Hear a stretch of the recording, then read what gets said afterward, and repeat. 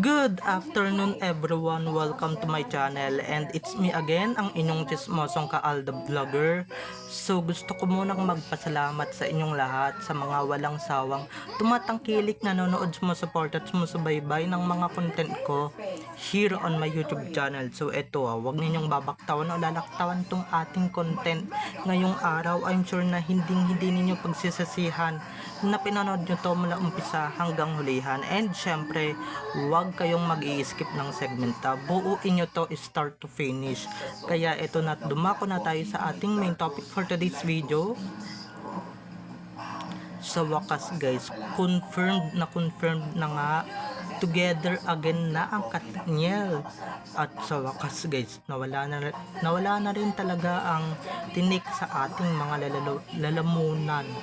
Siya lang naman yung tinik sa ating mga lalamunan eh. Finally guys, nabalikan na niya yung jowa niya. So ito na guys, watch this. Mamaya ipapaliwanag ko sa inyo ng buong buo. So ito na guys, watch this. At kung nakita nyo na nga yung recap, so once again say TTO sa mga admins. So eto na, dumako na tayo sa ating main topic for today's video agad-agad.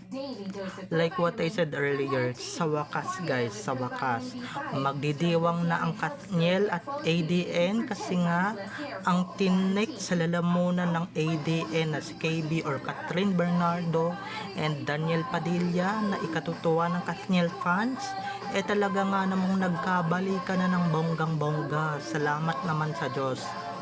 Salamat naman talaga, at muli na silang nagkabalikan pa. Nako, hindi lang ako guys ang tuwang-tuwa as a former Katniel fan, na tuwang-tuwa ako dito na finally talagang to be back na talaga silang dalawa. Eto guys talagang magkasama sila sa iisang sasakyan. Eto guys hindi edited to at hindi luma to. Okay? Eto guys ay current post lang or currently posted. Hindi yan throwback, okay? At saka halata naman sa mata ni KB na gusto niyang balikan yung ex-boyfriend yung si Daniel Padilla, okay? So finally talaga, grabe ba? Talagang tuwang-tuwa ako. So ayan na, sa mga umaasang cut din dyan, ayan na, confirm na nagbalikan na yung Katniel. So wag na kayong umasa at wag na kayong aasa pa sa muling pagtatambal ni na Alden at Catherine, kasi nga yun yung katotohanan nun. Nasa harapan yun na magbubulag-bulagan pa kayo, di ba? Magtatanga-tangaan pa kayo, magsusunga-sungahan pa kayo. Diba, hindi na kailangan ng publicity or public na balikan, basta nagbalikan na sila in private, okay? Hindi ito fake news, okay? Hindi ito gawa-gawa lamang na kwento. Dahil guys, hindi naman tayo gumagawa ng kwento dito, okay? Kung sina Alden at Maine nga umamin na nakasal na sila ang dalawa, ito pa kayang Katniel na umamin na nagkabalikan na sila, back to each other arms na sila ng banggang-bangga, diba? At halata naman din sa mukha ni KB na may kilig pa rin siya pag nababanggit si Daniel Padilla or pagka na may mention niya yung salita or yung pangalan ni Daniel Padilla, diba? Pag na may mention or pag nababanggit dun sa PGT, Pilipinas Got Talent, talagang kilig na kilig pa rin siya. So ayan na, hindi sila totoong nag-break at hindi sila totoong naghiwalay, okay? Yung mga nababasa ninyong hiwalay, mga ganyan-ganyan, hindi po totoo yan guys. Kitang-kita nyo nga, biglang nagbalikan, di ba? So finally guys, matutuwa na yung Katniel dyan, dahil nga hindi naman talaga nag-break yung mga idols nila eh, diba? Hindi naman talaga nag-break. May mga solo projects lang naman sila, or may mga solo na naganap, kaya ayan, kaya pinapalabas na break na kuno, pero ang totoo din naman hindi naman pala break, hindi naman pala hiwalay, diba? So kung ako sa inyo, tigil-tigilan nyo na yung kagagawa ng kwento or kagagawa ng publicity para lang kagatin yung mga vlogs ninyo or yung mga news ninyo na wala namang katotohanan, okay? Dahil ito na, kitang-kita nyo naman guys, hindi yan edited at hindi yan pinagsama sa iisang sasakyan, okay? Talagang magkasama talaga sila sa iisang sasakyan. Huwag na kayong magbulag-bulagan at huwag na kayong magtanga-tangahan pa. Kung tanga kayo, di wow, diba? Di naman namin kayo pinipilit. Pero guys, 'di ba, mas lalo pang magwawala ang mga cat din dito kasi mga cat din na yan, hindi naman nila matanggap ang katotohanan na legit na nagbalikan na yung dalawa and syempre legit na mag-asawa na sina Main at Alden. Hindi nila matatanggap yan, lalong lalo na pagkakat nilang balita. Ay naku, hindi nila matatanggap yan pang mga yan, 'di ba? Isipin nyo na lang ha, isipin nyo na lang mga ka-Aldab Nation, mas lalo silang masasaktan. Tuwang-tuwa na ngayon yung dalawang fandom na pinaglalaban ay katotohanan, samantalang sila, 'di ba, kahit anong gawin nila, kahit anong hiling nila, bulabog nila, ay naku, wala pa rin magawa, wala pa rin, nga pa rin, 'di ba? Wala pa rin nangyayaring Catherine reunion kasi nga ayaw na ni Alden makipag-reunion kay Catherine, okay? Ang gusto ng mga taong bayan, Aldab, ex-Katniel reunion project, yun yung gusto nilang gawin. At saka hello, karapat dapat lang naman talagang ibalik ang Katniel kasi guys, di ba bu, ito wag na tayo, magpapaprank na tayo, okay?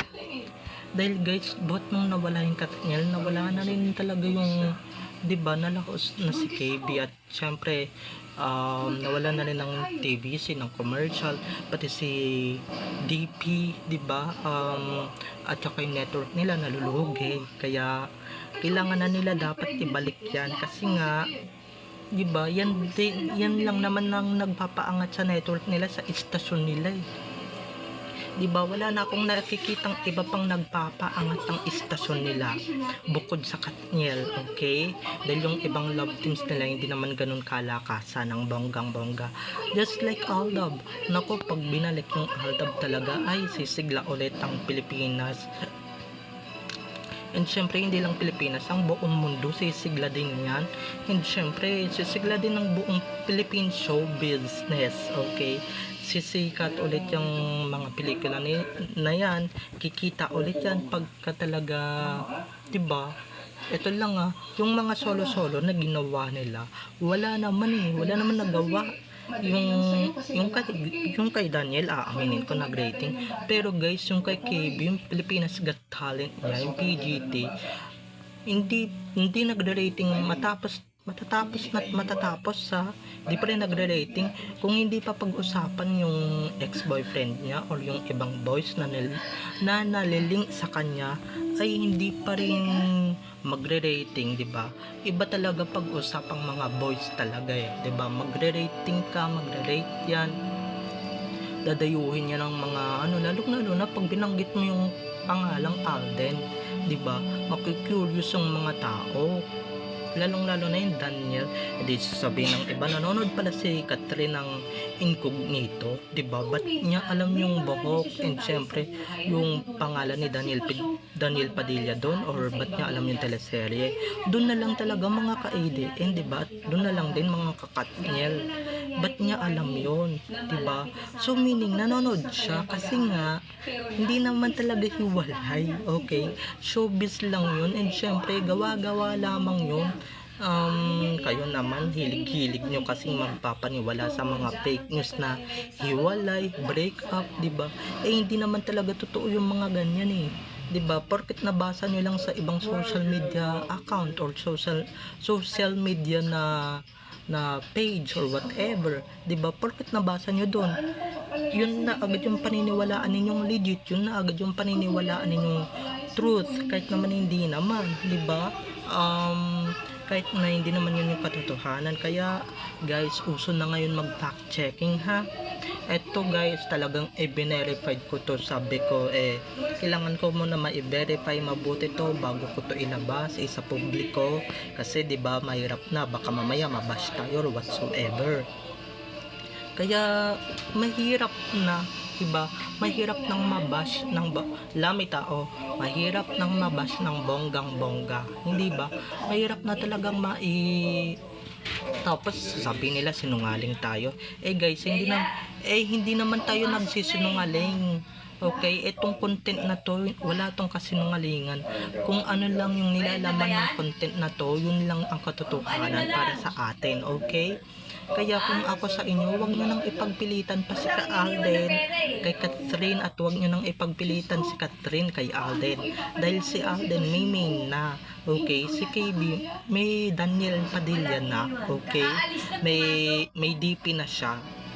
Kaya wag niyo na siyang gambalain, wag niyo na silang gambalain, okay? May kanya-kanya na silang love life, may kanya-kanya na silang jowa, okay? Wag niyo na silang gambalain pa ng bonggang-bongga. Kung publicity man to para sumikat ulit si KB, kasi nga nalalaos na siya, kasi nga yung programa niya hindi naman nagre-rating for the record lang, no? For the record lang, para sa kaalaman ng lahat. Hindi naman nagre-rating yung Pilipinas Got Talent nila. Pero ako, sana hindi to publicity at hindi naman to ginagamit lang si Daniel, no? Sana totoo nang nagbalikan yung dalawa. Para sa ganun, wala nang umasa ng mga fans, wala nang umasang mga Catden fans kung ano ba talaga ang estado ng dalawa, okay? So, wala diba? Lalong-lalo na yung mga Catherine fans, matutuwa yan kasi nga botong-boto sila kay Daniel para sa idol nila, diba? Tuwang-tuwa yung mga yan.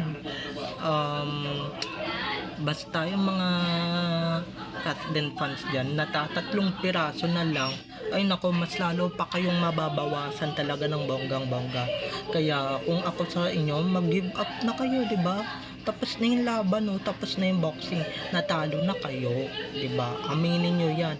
Umami na yung Aldab, umami na yung Katniel na nagkabalikan na sila. Confirmed na ikinasal si Alden kay May. So, tigil-tigilan nyo na yung kahihit-hit ng kung ano-anong masasamang gamot, okay? So, babay na mga ka-ADN. I love you all. Have a nice day. Keep safe and God bless everyone. Don't forget to subscribe to my YouTube channel. And syempre, wag ninyong kalimutan i-click ang notification bell para sa ganon ma-notified kayo sa mga susunod ko pang i-upload na mga videos tungkol kina Main at Alden, and syempre tungkol sa kanilang mga buhay-buhay inside or outside man yan sa showbiz. Babay na mga ka-ADN. I love you all. Have a nice day. Keep safe and God bless. Enjoy the rest of our week and everyone. Bye-bye.